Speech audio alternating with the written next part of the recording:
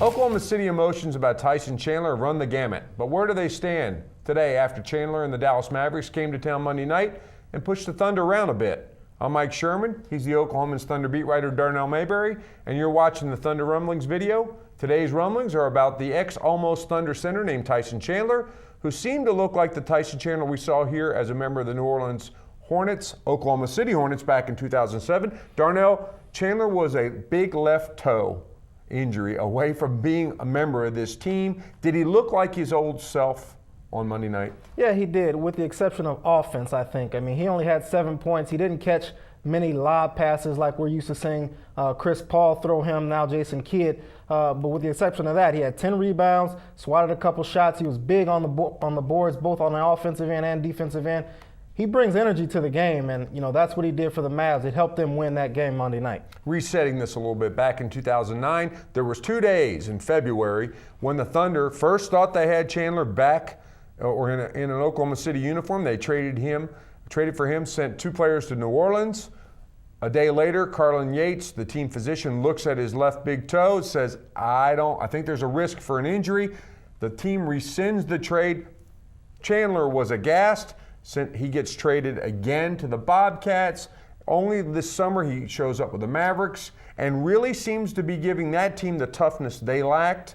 Is it also the toughness maybe that the Thunder lacks a little bit? Well, you look at the Thunder's interior. I mean, they got Jeff Green starting at power forward, that's been well documented. He's playing out of position, and Nenad Kirstic, who's basically past his prime now after the knee injuries and whatnot. But the Thunder definitely needs a guy like that. They had a chance to get him, as you mentioned. I still think that they could look at him next season. I mean, if Mark Cuban doesn't break the bank to sign him, who knows? Maybe Sam Presti can go out and make a play for Tyson Chandler in free agency this summer. He's an unrestricted free agent coming off the books for the Mavs.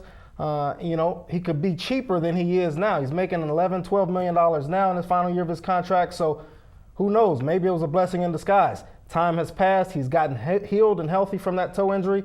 Now you could get him at a discount rate. Darnell, one last thing about that victory last night of the Mavericks. You heard a couple of Mavericks players complimenting the Oklahoma City crowd and the Oklahoma City team, saying they look like they're maybe just a couple key veterans away from really making a difference. Is that what separates the Thunder from the elite teams, that veteran presence on the court? Of course. I mean, you look at the Lakers, they've got veterans. The Spurs, they've got veterans. The Mavs, veterans.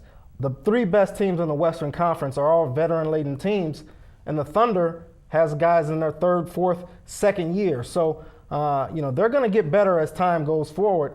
But if they want to compete now and compete big, they're going to have to get a veteran.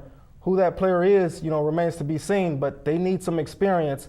Right now, it's just developing in-house, trying to get better with what they have. Thanks, Darnell. That's all for this edition of Thunder Rumblings, but you can stay with the best coverage team anywhere. Every day it is okay, and every morning in the Oklahoman.